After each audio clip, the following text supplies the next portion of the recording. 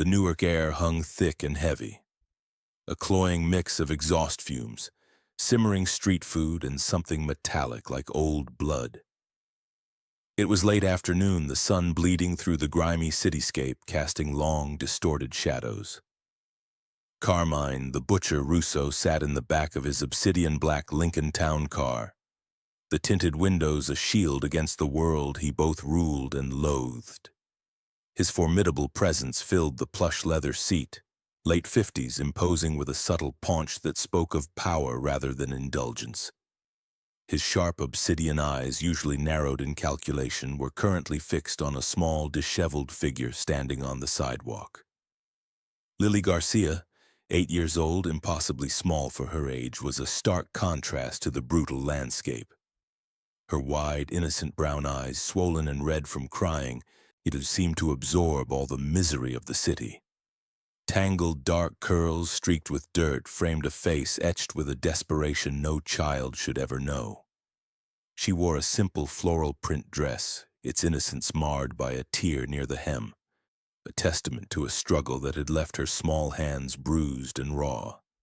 She clutched something unseen, her tiny fists clenched so tightly her knuckles were white. Carmine's driver, a hulking man named Sal, idled the engine, the low rumble a counterpoint to the city's cacophony.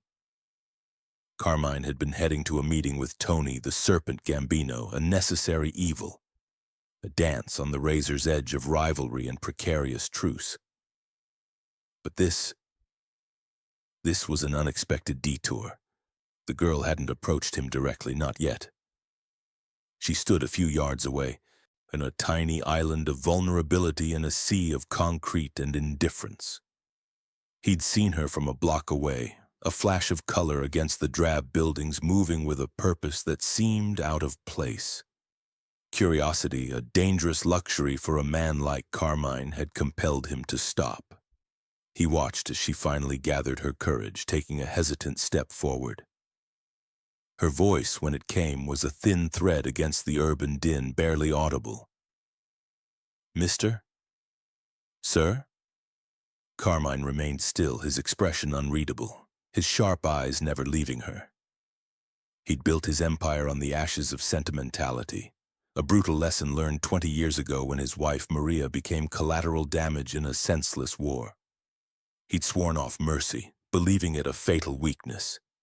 Yet something in the child's posture, the raw, unfiltered fear and determination warring in her gaze, pricked at a long dormant nerve. She took another step, then another, her small frame trembling. "Please, sir," she whispered, her voice cracking. "You have to help me." Sal shifted in his seat, his heavy brows furrowed. He knew the rules. No one approached the Don directly unless summoned. But the child's distress was palpable, an anomaly in the carefully controlled ecosystem of Carmine's world. Carmine gave a minute, almost imperceptible nod. Sal opened the rear door, a silent invitation. Lily flinched at the imposing sight of the car, its dark luxury an alien world. But the urgency of her mother's condition propelled her forward. She stumbled into the back seat, her bruised hands still clenched, her breath coming in ragged gasps. She smelled faintly of dust and fear, and Carmine turned his head, his obsidian eyes finally meeting hers. He saw not just a child, but a reflection of a vulnerability he'd long buried, a mirror to the ghost of his own past. The silence stretched, thick with unspoken questions and the weight of Carmine's reputation. He finally spoke, his voice a low, gravelly rumble that held no warmth, yet carried an undeniable authority. "What is it, child? Who hurt you?" The question, simple and direct, hung in the air. Lily's lip trembled. She opened her mouth, then closed it, overwhelmed. She looked down at her hands, then back at Carmine, her innocent eyes pleading. "My mama," she finally choked out, tears streaming anew, carving clean paths through the grime on her cheeks. "They hurt my mama, the men, they took her money and they hurt her bad. She's bleeding. She needs a doctor, but they said..." She trailed off, unable to articulate the threats that had silenced her neighbors. The words, simple yet devastating, landed with the force of a physical blow. Carmine's carefully constructed facade, the impenetrable armor he'd worn for 2 decades, flickered. He saw Maria's face not as the vibrant woman he'd loved, but as a memory tinged with the crimson of blood and the emptiness of loss. He saw the crossfire, the chaos, the agonizing helplessness. This child's plea was a direct echo of his own deepest pain. He could feel the tremor in her small body, the sheer terror that had driven her to seek him out. The man they called the Butcher. She had come to the devil himself, desperate for an angel's intervention. The irony was a bitter taste in his mouth. He could turn away, dismiss her. He maintained the persona that had kept him safe, isolated and in control. Or he could see past the broken baker's debt, past Tony Gambino's machinations, and into the raw, unvarnished pain of a child desperate to save her mother. The choice, though seemingly simple, felt like navigating a minefield. His past, his reputation, his future, all hung precariously in the balance, challenged by the unwavering gaze of an 8-year-old girl. The air in the car grew heavy with unspoken history. He could smell the faint scent of cheap perfume from Lily's torn dress, a stark contrast to the sterile scent of his own expensive cologne. Her small, bruised hands were a stark image he couldn't dismiss. The sheer, unadulterated fear in her wide brown eyes was more potent than any threat Tony Gambino could muster. And this was not about a debt owed by some careless relative. This was about a child's desperate, primal need for help. It was a direct confrontation with the man he had become, the man he had sworn to be.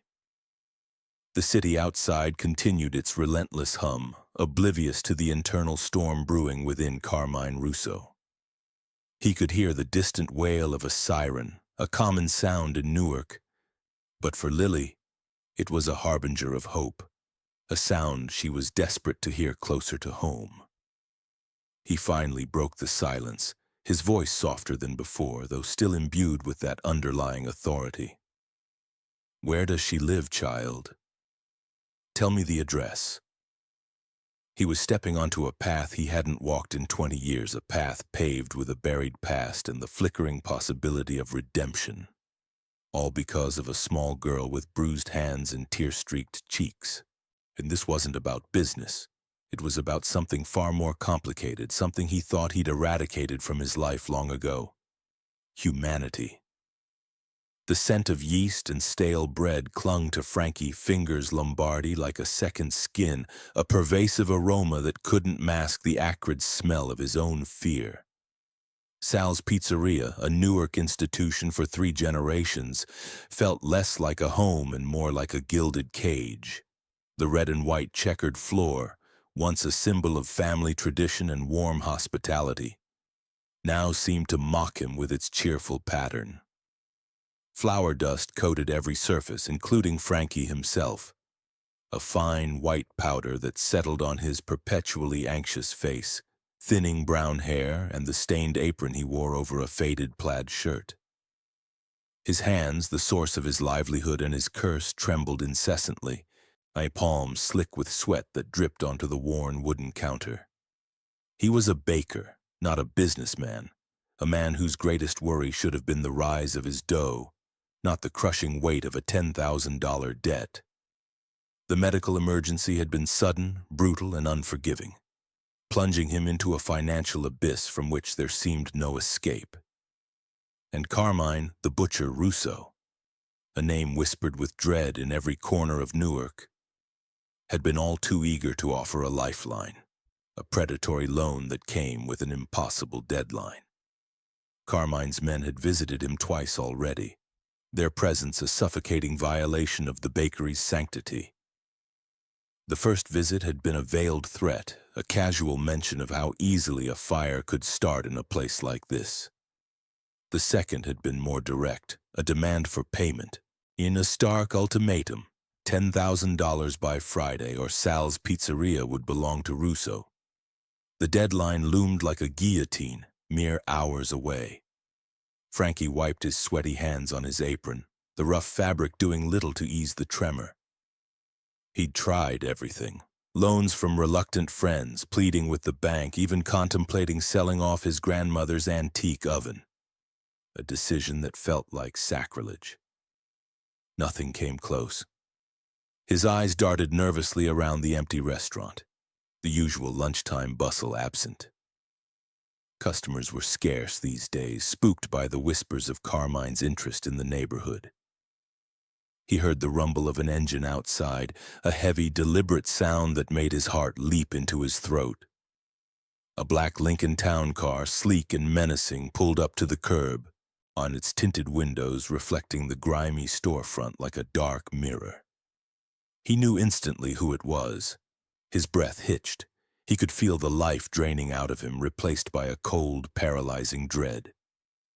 He watched as the rear door opened, revealing not just the imposing figure of Carmine Russo, but also a small, disheveled child. Lily Garcia. She looked out of place, a fragile sparrow in a viper's nest. Carmine, the man who had orchestrated the downfall of countless businesses and lives with cold efficiency, was escorting a child. Frankie's mind struggled to reconcile the image with the reputation. The butcher, the man who buried sentiment like a fatal flaw, now appeared to be acting as some sort of protector. It defied everything he knew. He watched, frozen, as Lily entered the car, Carmine's obsidian eyes fixed on her, and he couldn't hear their conversation, but the sight of the child, her small frame seemingly dwarfed by the luxury of the car and the sheer presence of Carmine, was a disturbing tableau. Why was she with him? Had she sought him out? The thought sent a fresh wave of nausea through Frankie. If Carmine was involved, if he was protecting the girl or her family, it would only complicate his own desperate situation. Carmine's protection often came with a price, a binding loyalty that ensnared people far more effectively than any loan. He gripped the edge of the counter, his knuckles white. He needed to talk to Carmine, to plead, to beg for more time. But the thought of facing the man, of seeing those cold, calculating eyes, sent shivers down his spine. He was a baker, not a mobster. He understood flour and yeast, not extortion and violence. Yet, in the image of his family, his children's faces flashed before his eyes. He couldn't let them lose this place. It was all they had. The car door closed and the Lincoln pulled away, leaving Frankie alone again with the suffocating silence and the scent of his own impending ruin. He slumped against the counter, his trembling hands seeking solace in the familiar texture of flour. He imagined Carmine's voice, the low, menacing rumble that could crush a man's spirit as easily as his business. $10,000, Frankie, by Friday. The words echoed in the empty pizzeria, a death knell for his dreams. He closed his eyes, picturing the faces of his ancestors who had poured their sweat and love into this place. He was failing them. He was failing his family. The weight of it all was crushing, and he heard a faint sound from the kitchen, the soft whirring of the industrial mixer, a sound that had once been a lullaby, now a torment. It was preparing dough for the morning, a hopeful act in a situation that felt utterly hopeless.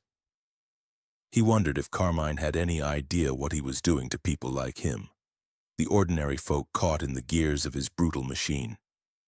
He imagined the dawn, insulated by wealth and power, making decisions that had catastrophic consequences for those at the bottom. He thought of Lily, the child with him. What had brought her to Carmine? A debt? A family crisis? It felt surreal, this intersection of innocence and brutality. He knew he had to do something, anything. But his legs felt rooted to the floor, his mind paralyzed by fear. The clock on the wall ticked relentlessly, each second a hammer blow against his dwindling hope. He could almost feel Carmine's eyes on him, even from a distance, the unseen weight of his power pressing down. He imagined Carmine Russo, the architect of so much pain, making a calculated decision about Frankie's fate as easily as he decided on the menu for his next feast. The injustice of it all burned, a hot, helpless rage simmering beneath the surface of his terror.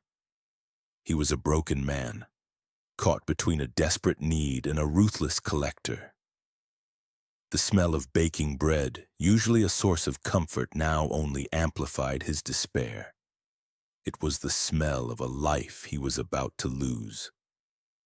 The warehouse stood on the industrial fringes of Newark, a hulking, anonymous beast of corrugated metal and grime. Its shadow stretched long and menacing in the dying light, he swallowing the cracked asphalt and the skeletal remains of discarded machinery. Inside, the air was cold, damp and thick with the smell of stale oil and something vaguely chemical. Fluorescent lights flickered erratically overhead, casting a sickly, uneven glow on the concrete floor and the stacks of unmarked crates. This was neutral ground, a place chosen by Tony the Serpent Gambino, a man who reveled in the starkness and the implicit threat it represented. Carmine, the butcher Russo, arrived precisely on time, as always. His obsidian eyes swept the cavernous space, cataloging every detail, every shadow.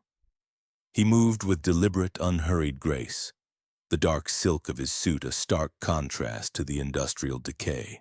His formidable presence filled the space, a quiet assertion of power that demanded respect, even from a rival. Tony Gambino emerged from the deeper gloom, a lean, wiry figure whose predatory grace was unnerving. His sharp, thin face, dominated by a prominent nose, held a perpetual smug smirk, and his cold, intelligent eyes assessed Carmine with a mixture of deference and veiled hostility. He was dressed in a flashy, ostentatious designer suit, a loud silk shirt visible beneath the open lapels. His dark hair was slicked back with meticulous care, giving him an almost predatory sheen. He radiated a nervous energy like a coiled spring ready to strike. Carmine had called this meeting to discuss territories, a delicate negotiation following a series of recent provocations by Gambino's crew. Rumors of Gambino muscling in on Carmine's legitimate businesses, his subtle interference in union dealings, had reached Carmine's ears, each whisper a tiny ember fanning the flames of his carefully controlled anger. He preferred order, tradition, the established hierarchy. Gambino, however, operated with a brutal pragmatism that disregarded any semblance of code. "Carmine," Gambino purred, his voice smooth as oil yet carrying an undercurrent of menace. "To what do I owe the pleasure? I trust your journey was uneventful?" Carmine's gaze remained steady, betraying none of the simmering resentment. "Tony, we have business to discuss. Your men have been overzealous." Gambino chuckled, a dry, rasping sound. "Overzealous? Or simply efficient, Carmine? Times change. The old ways, they don't bring in the new money. Newark needs a shake-up. It needs progress." His eyes glinted, a predatory spark igniting. "And I am here to provide it." Carmine felt a familiar, in cold anger, begin to coil in his gut. He saw the ambition in Gambino's eyes, the hunger to usurp his position, to dismantle the empire Carmine had painstakingly built. He thought of Frankie Lombardi, the baker, a man utterly out of his depth, now trapped by Carmine's debt collection. He thought of Lily Garcia, the child who had unexpectedly appeared, her plea a jarring reminder of a past he desperately tried to suppress. These were the collateral damages of Gambino's brand of progress. "Progress," Carmine echoed, his voice dangerously low. "That's what you call leaving a trail of broken men and scared families? That baker, Lombardi, his wife needed a surgery. You think shaking him down for $10,000 is progress?" Gambino shrugged, the movement almost imperceptible, but his eyes narrowed fractionally. "Lombardi made a bad deal. He owes you. That's business, Carmine. We all have our methods. You collect your debts, I collect mine. Perhaps you should be less sentimental. The word sentimental struck Carmine like a physical blow. It was the accusation he feared most, the one that echoed his own self-loathing, the ghost of Maria's death whispering in his ear. He remembered the chaos, the raw, unbearable grief that had led him to harden his heart, to become the butcher.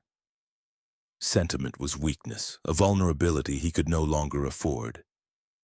Yet seeing Gambino's cold indifference to the human cost of his ambition stirred something deep within Carmine, a protective instinct he hadn't felt in years. It was the memory of Lily's small, bruised hands, her desperate plea to save her mother.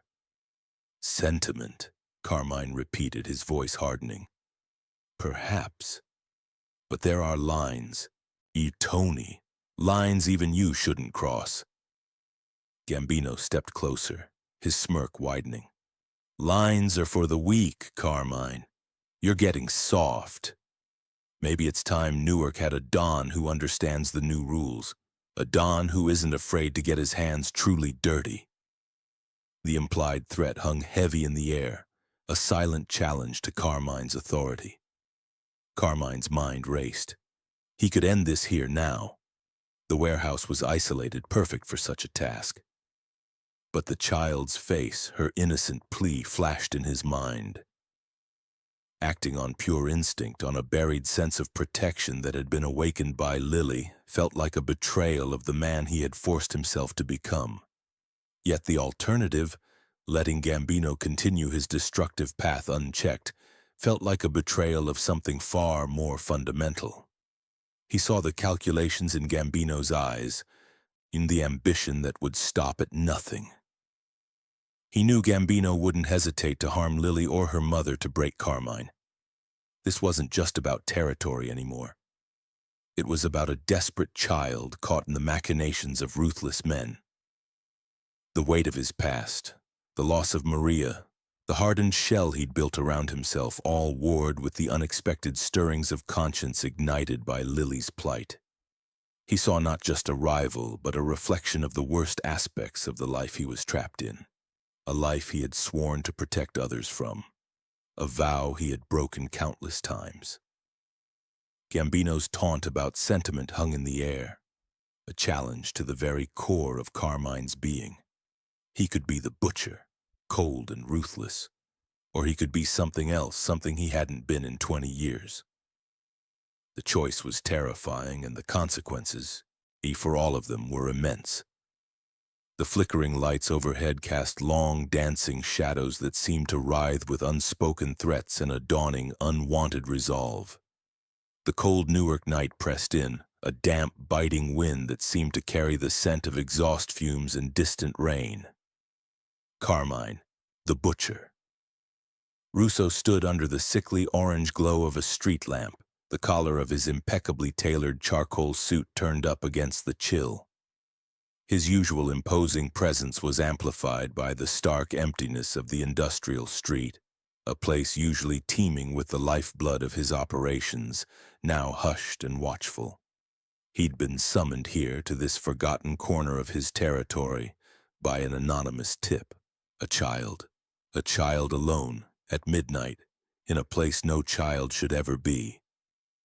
Carmine's sharp obsidian eyes, accustomed to dissecting threats and opportunities in dimly lit backrooms, scanned the shadows. His face, a roadmap of hard decisions and controlled anger, betrayed nothing, but a subtle tension coiled in his jaw. 20 years.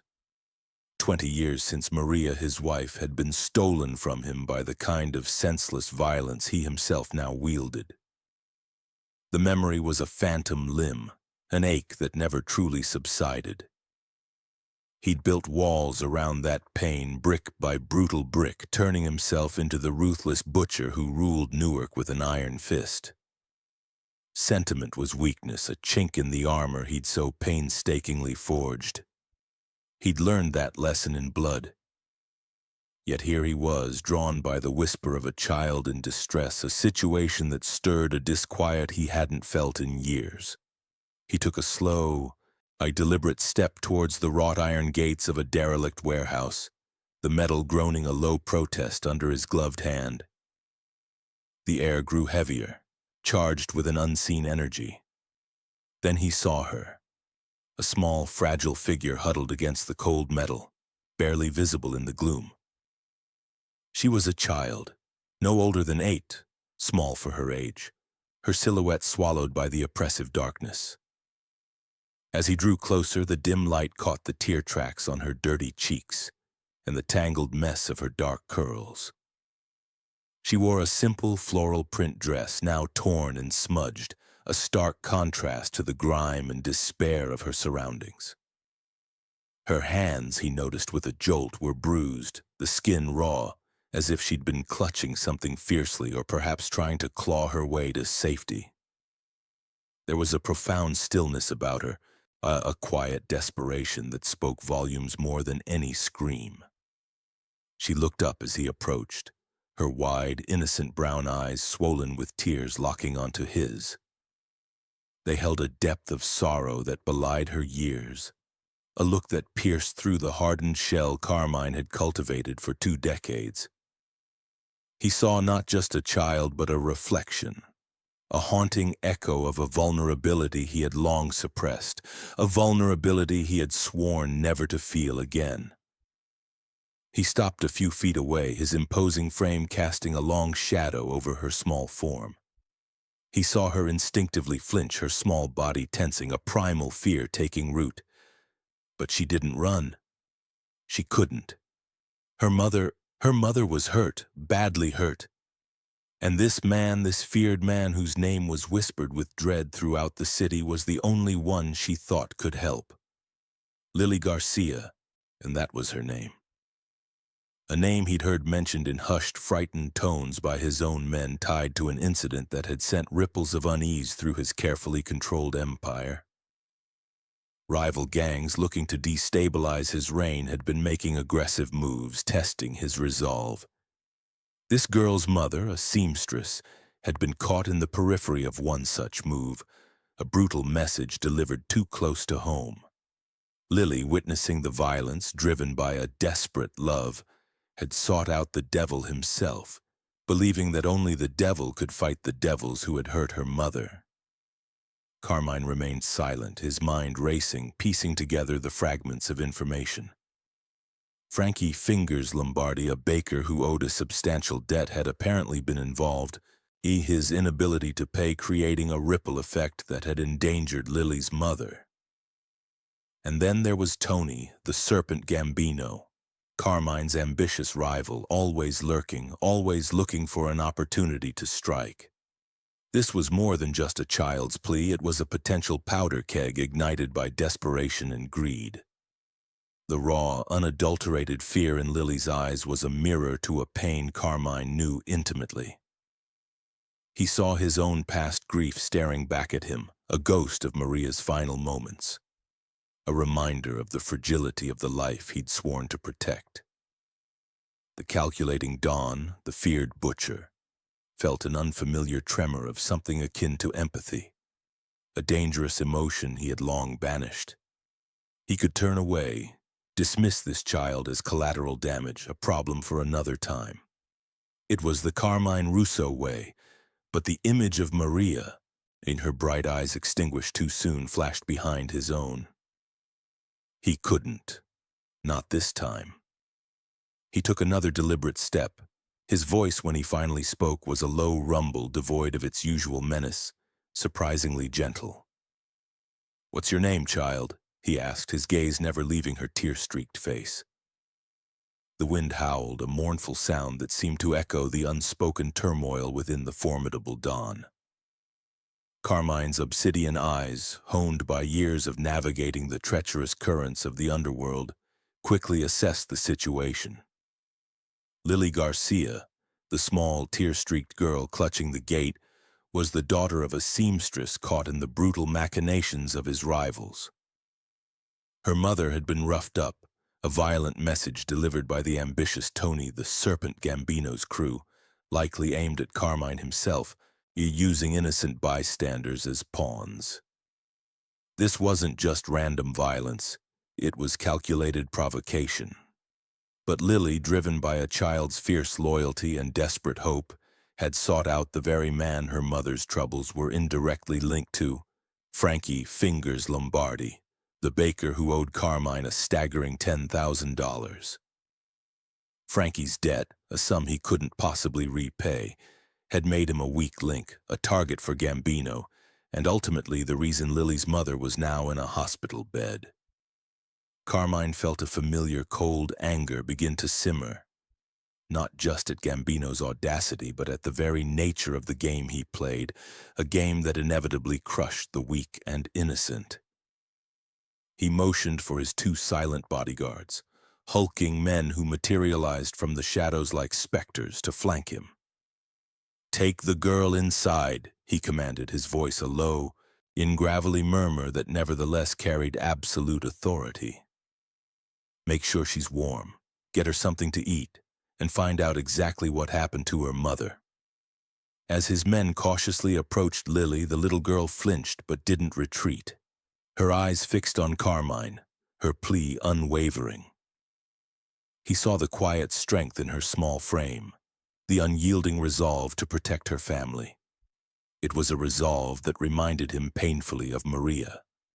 20 years ago, Maria had possessed that same fierce spirit, a spirit that ultimately couldn't shield her from the bullets meant for someone else.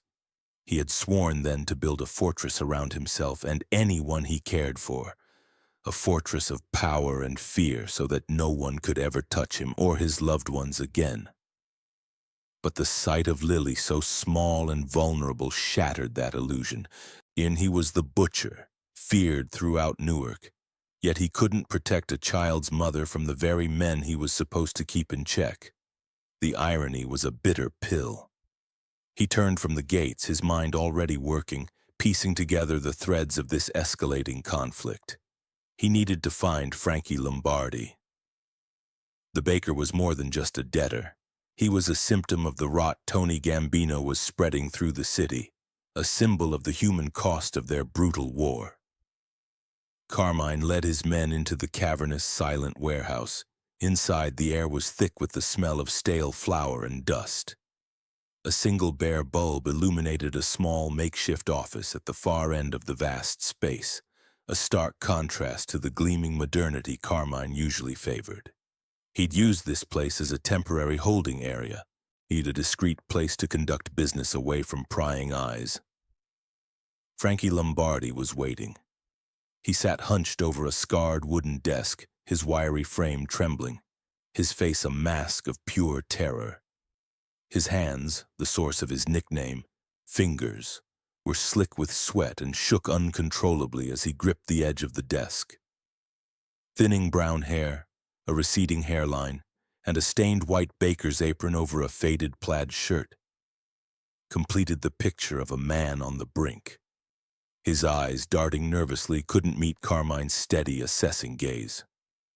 "Frankie," Carmine's voice was calm, deceptively so, a predator circling its prey.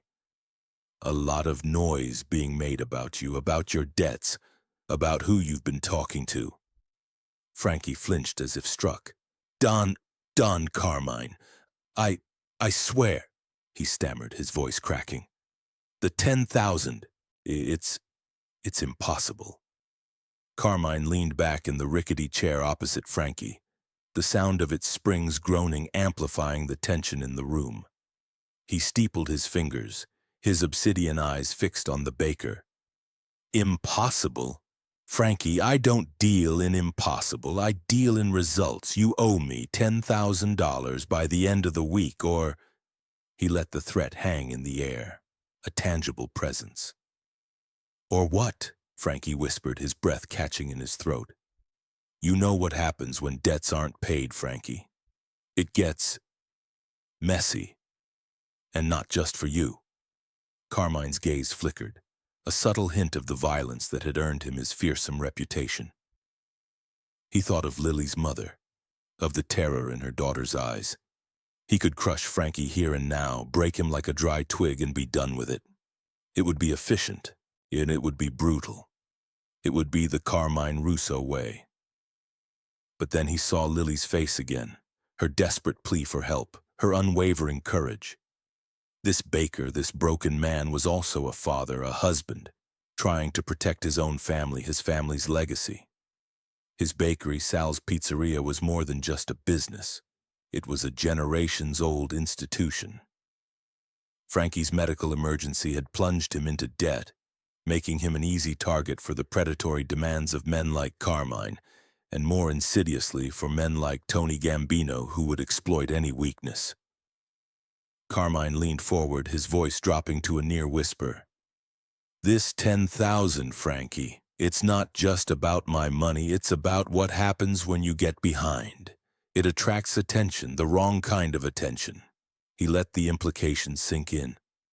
"Tony Gambino. Your bakery," Carmine continued, observing Frankie's reaction. "Sal's Pizzeria. It's a landmark. Your father built it. You want to keep it? You want to protect your family? Then you find that money. Or," a dangerous glint entered his eyes, "you find a way to make yourself useful. Gambino is making moves. He's testing me. He's using people like you. And I don't like it." The unspoken command hung heavy in the air. Find Gambino's weakness, expose his schemes, or face Carmine's wrath. The choice was stark: utter ruin or a desperate gamble that could cost him everything. The weight of the decision, the impossible pressure, bore down on Frankie, his trembling hands clasped together in a silent, agonizing prayer. Carmine watched Frankie Lombardi squirm, the baker's terror a palpable thing in the oppressive silence of the warehouse. And the $10,000 debt was a symptom, not the disease.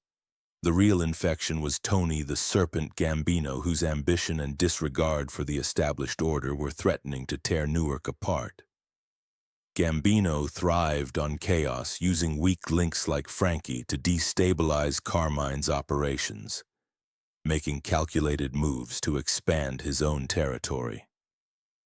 Carmine had long suspected Gambino's involvement in the recent aggressions, the subtle tests of loyalty, the intimidation tactics aimed at disrupting his network.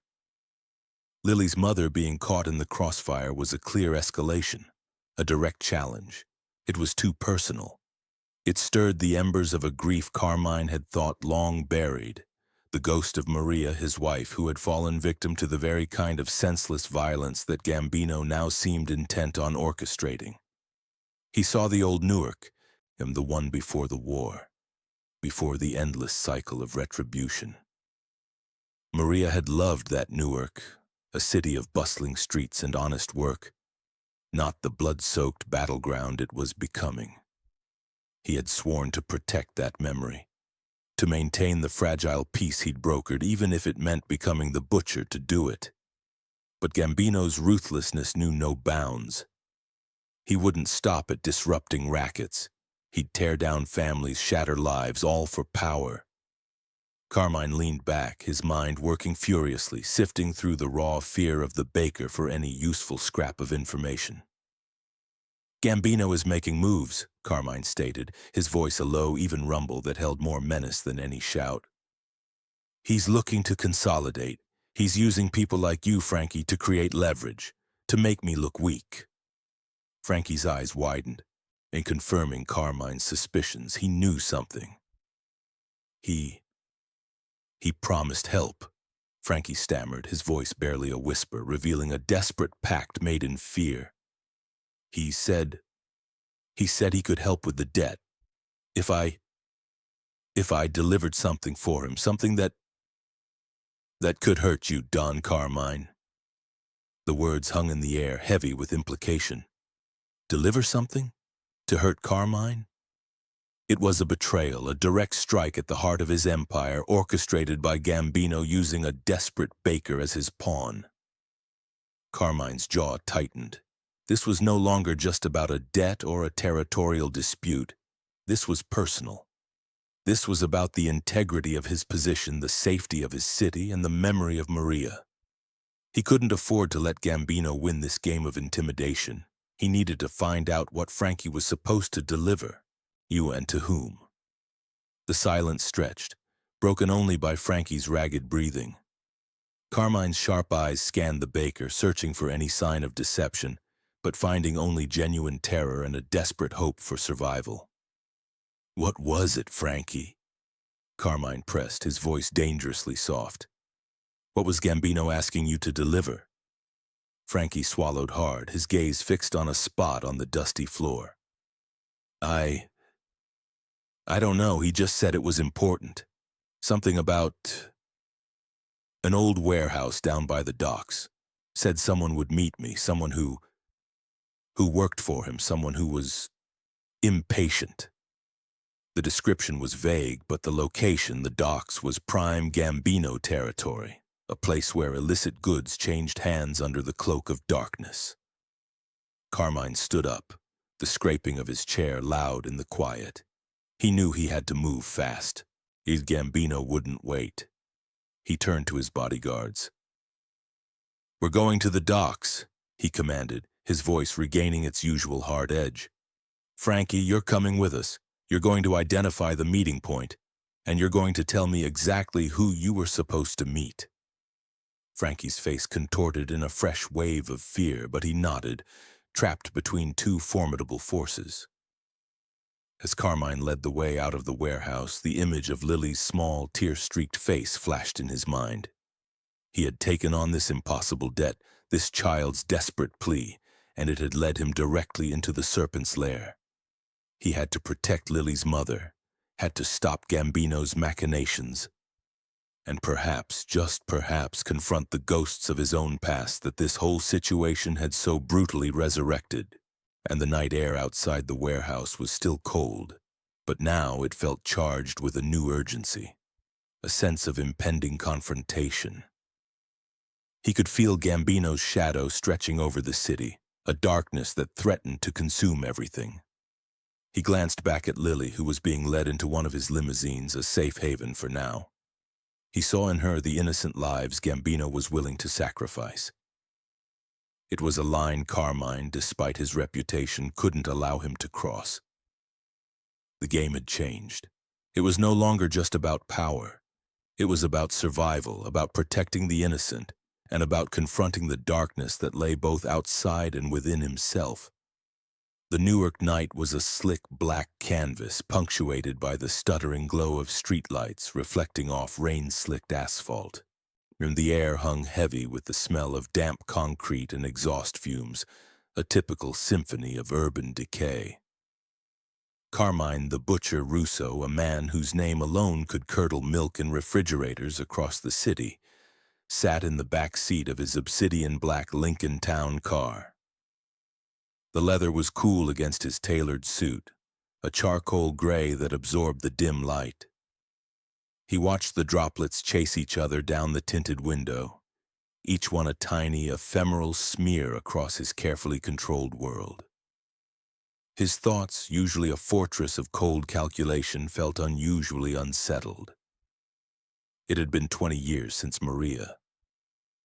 20 years since the stray bullet, a random act of violence in a war that wasn't his, had extinguished the light in his life and left him to wander in the perpetual twilight of grief and retribution. He'd built an empire on the ashes of that pain, forging a reputation as a man who felt nothing, a man who delivered cold, brutal justice.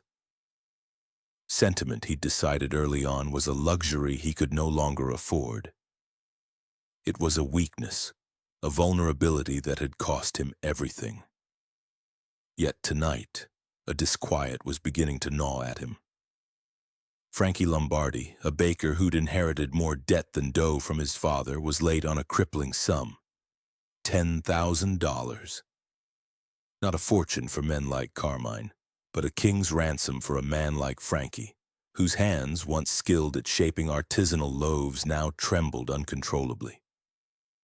Carmine had given Frankie a week, a generous extension, but Frankie's inability to meet even that had drawn the attention of Tony Gambino, that ambitious serpent, always lurking, and always eager to exploit any perceived weakness in Carmine's territory.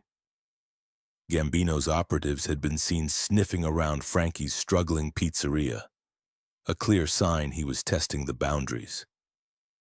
Carmine couldn't let that stand. It wasn't just about the money, it was about the principle, about maintaining the order he'd so painstakingly established. But as the car idled on a quiet residential street, the engine a low thrum against the steady drumming of rain, an unexpected figure emerged from the gloom. A child, small, drenched, standing alone under the weak halo of a flickering street lamp. Carmine's driver, a silent, burly man named Vinny, tensed beside him. "Boss, you want me to—" Carmine held up a hand, his obsidian eyes narrowing as he took in the scene. The child was no older than 8, her small frame swallowed by a simple, de-torn floral print dress. Her dark curls were plastered to her head, matted with dirt and rain. Her face, pale and streaked with tears and grime, was a picture of sheer, unadulterated desperation. She held something tightly in her small, bruised hands, her knuckles white. She looked utterly lost, a fragile bird caught in a storm. Carmine felt a flicker, a strange, unwelcome sensation in the hardened chambers of his heart. He'd seen fear before, the cowering, sweaty terror of men facing their judgment. This was different. This was a primal, innocent plea. He saw the way her shoulders trembled, not just from the cold, but from a deep, existential dread. "Open the door, Vinny," Carmine said, his voice a low rumble, cutting through the percussive rain. He rarely engaged directly with the small matters, preferring to delegate, trying to let his reputation do the heavy lifting. But something about this child, this tiny beacon of raw vulnerability in his otherwise controlled, brutal world, compelled him. As the heavy door swung open, a gust of cold, rain-laden air swept into the car. The child didn't flinch. She just looked up, her wide, innocent brown eyes, swollen and red-rimmed, locking onto his. In them he saw not just fear, but a desperate, unwavering hope. "Are you Carmine?" she whispered, her voice barely audible above the downpour, a sound as fragile as spun glass. Carmine, a man who had orchestrated assassinations and settled scores with ruthless efficiency, found himself momentarily speechless.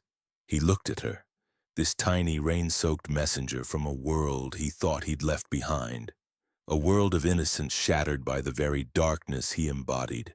In the past, a ghost he'd buried deep, stirred uneasily within him. He saw Maria's smile, her laughter, the way she'd always reached for him, even when he'd tried to push her away, warning her of the dangers.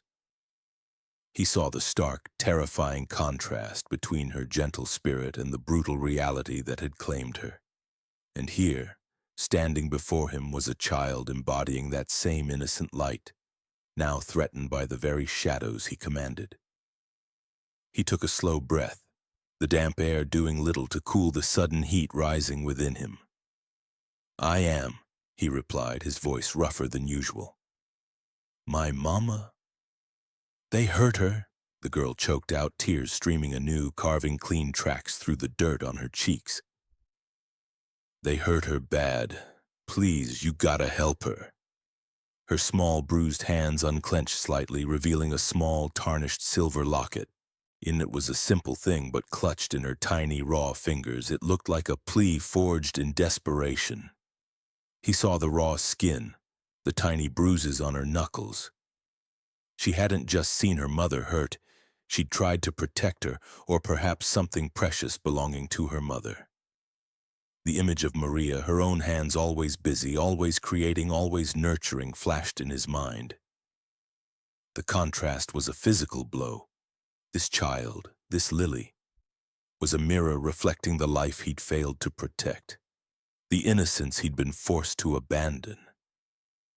He felt a deep, unsettling urge to shield her, an urge that warred violently with the hardened persona he'd cultivated over 2 decades. The world of Newark, usually so clearly defined by lines of power and territory, suddenly felt blurred, chaotic, and terrifyingly real. The rain continued to fall, washing over the city, over the pavement, over the small, resolute figure of the girl standing before him. A tiny, unwavering point of light in the encroaching darkness. He looked from her tear-streaked face to the dark, ominous buildings lining the street, and for the first time in years, Carmine the Butcher Russo felt the cold grip of something akin to fear, not for himself, but for the fragile innocence that had dared to seek him out. He had built his empire on fear, but this child had brought a different kind of terror. The terror of a buried humanity resurfacing. He knew with a certainty that chilled him to the bone that his carefully constructed world was about to be irrevocably altered by this small, determined girl named Lily. Carmine stepped fully out of the Lincoln, and the rain momentarily forgotten as Lily's desperate plea echoed in the sudden, unnatural quiet that seemed to descend around them. Vinny, ever vigilant, remained in the driver's seat, a silent sentinel, his imposing presence a subtle reminder of Carmine's power.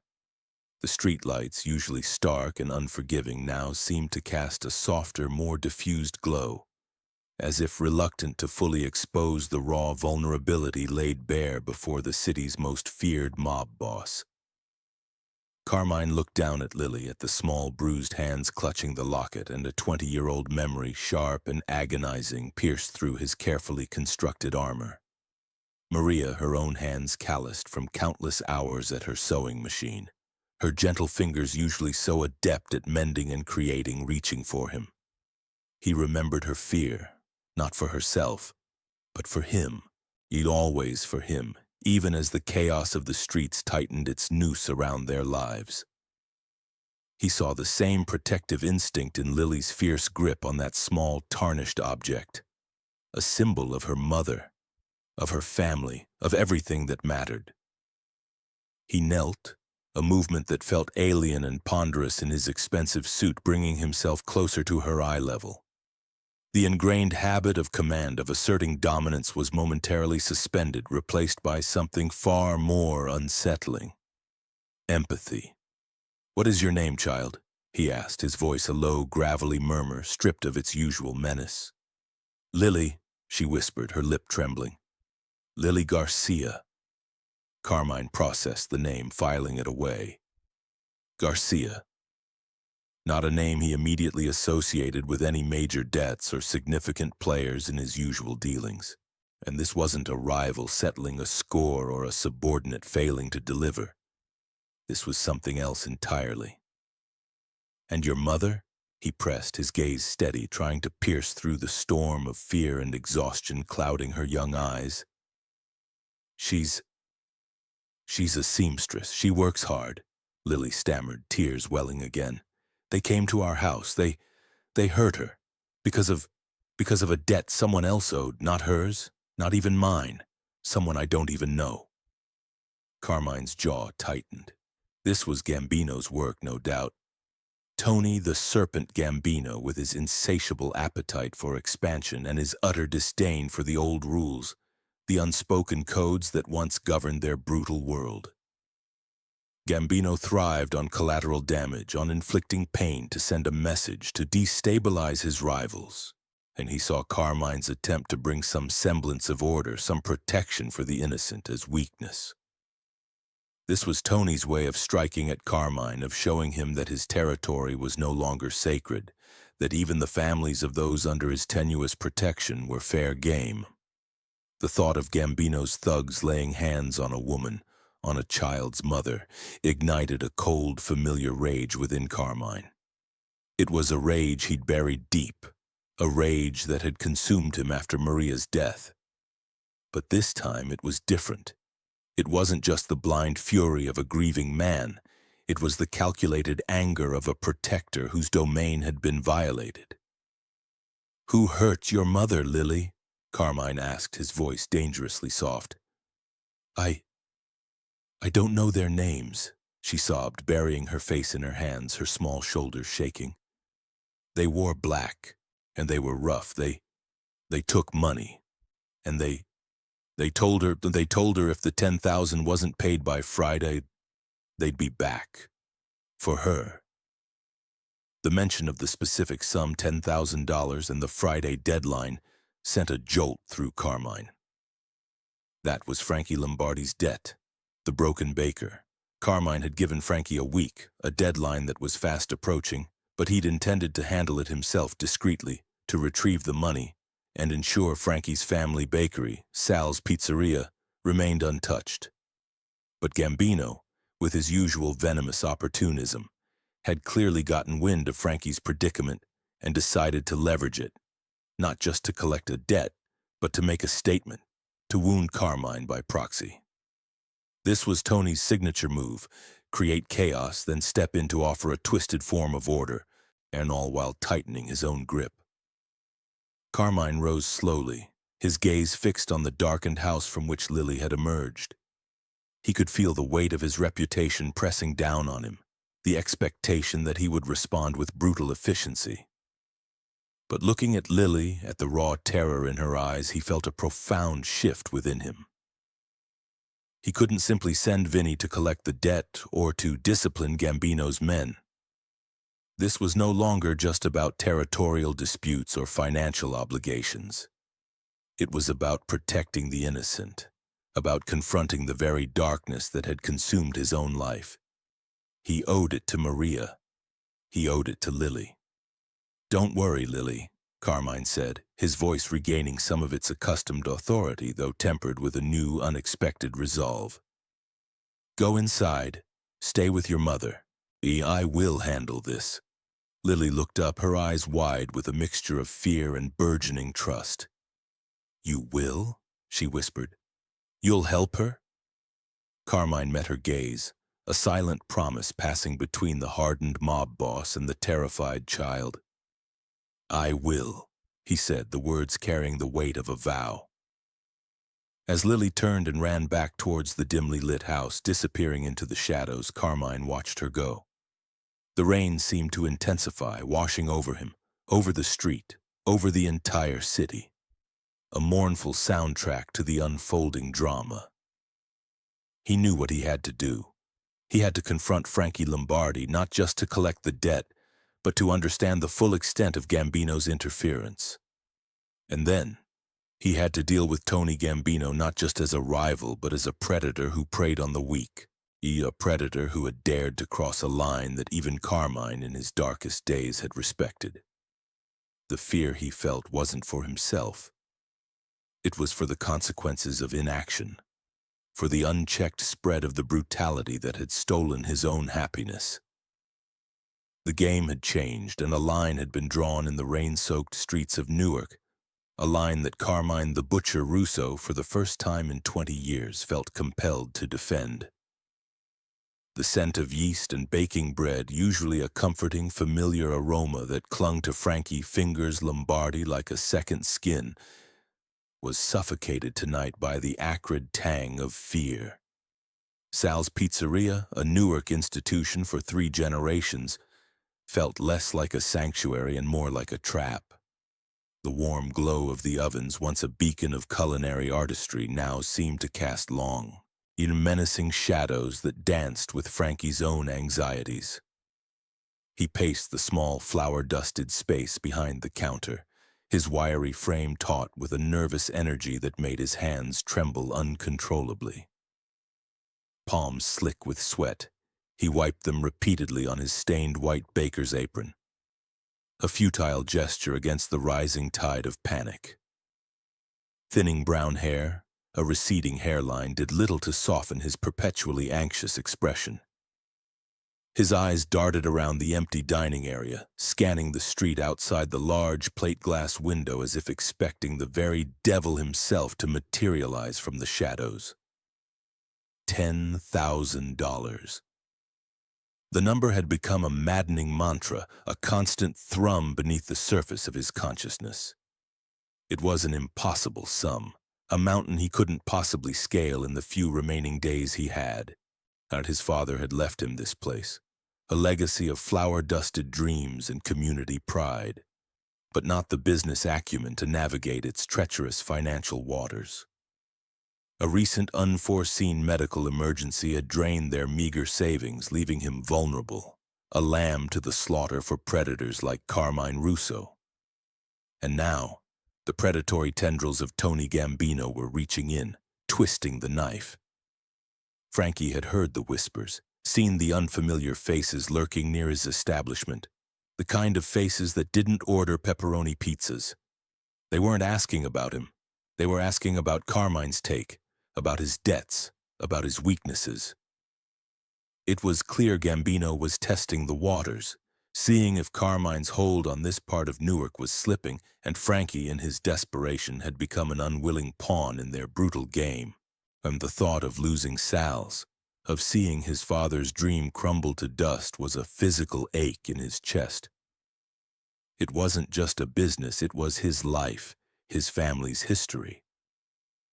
Suddenly the bell above the door chimed, a cheerful sound entirely at odds with the suffocating tension that filled the pizzeria.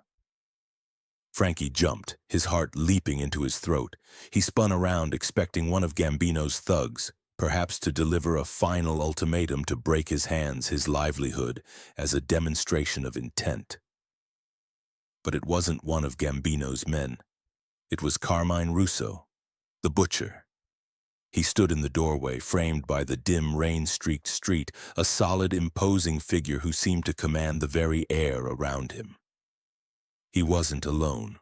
Beside him, looking impossibly small and vulnerable, stood Lily Garcia, in her small face streaked with dirt and tears, her dark hair plastered to her head. Frankie had seen Carmine's face on wanted posters, heard the hushed, fearful stories whispered in the back alleys of Newark. He'd never imagined he'd see him in his pizzeria looking for him. Carmine's gaze, sharp and intelligent, swept across the room, taking in the humble surroundings, the lingering scent of baked goods, the visible tremor in Frankie's hands.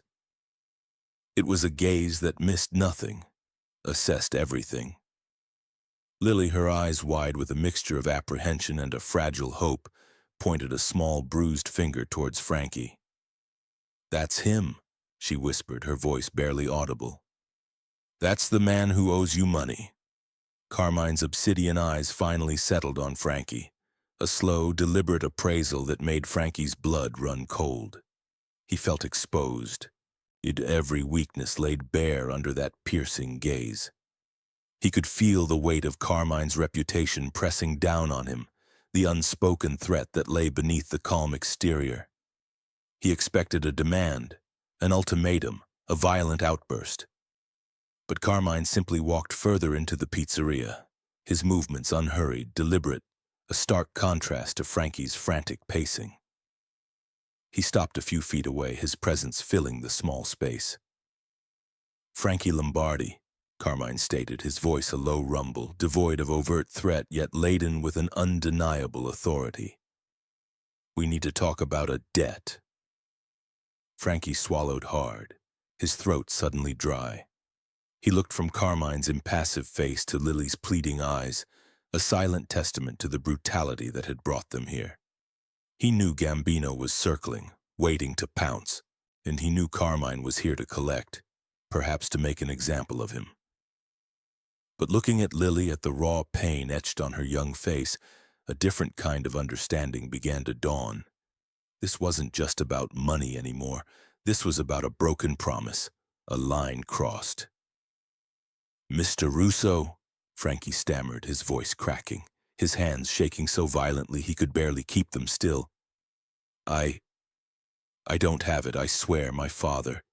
He left me this place, but the debts, and then my wife's, my sister's medical bill, it's too much, I can't."